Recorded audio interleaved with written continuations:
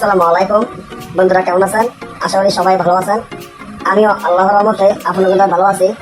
আজকে যে নকশাটি নিয়ে আপনাদের মাধ্যমে উপস্থিত হলাম সেটি হলো, যে কোনো মেয়েকে, অর্থাৎ আপনি যাকে ভালোবাসেন সে যদি পরের স্ত্রী হয়, আর ওই পরের স্ত্রীকে আপনি নিজের বশীভূত করার জন্য, নিজের প্রেমে পাগল করার জন্য এমন একটি নকশা। অর্থাৎ এই নকশাটি আপনি হারাম কাজে ব্যবহার করতে পারবেন না। অনেক ভাই আছেন, আবার অনেক ভাইয়েরা এমনভাবে প্রেম করেন বা গভীর ভালোবাসা সৃষ্টি হয়, কিন্তু দেখা যায় এই সুন্দরী আপনার ভালোবাসা নিয়ে সিনেমিনি খেলায়।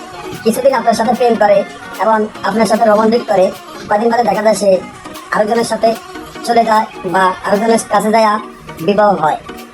এখন আপনি চান যে যার কাছে বিবাহ হয়েছে তার মধ্যে বিচ্ছেদ তালাক করে নিজের প্রেমে পাগল করিয়া নিজের কাছে আনার জন্য, কিন্তু কোনো রকম আপনি পারতেছেন না। কারণ আসলে তো আমাদের দেশে অনেক তান্ত্রিক, অনেক কবিরাজ হয়ে গেছে। 2016 সাল, 17, 18, 19, 20 এই 4 সালের মধ্যে কোনো কবিরাজ আসেন না অনলাইনে, কিন্তু দেখা যায় এখন 2021 সালের থেকে মানে কবিরাজ ঘরে ঘরে আছে। নামের হলো 1 জন, অনামের হলো 100 জন।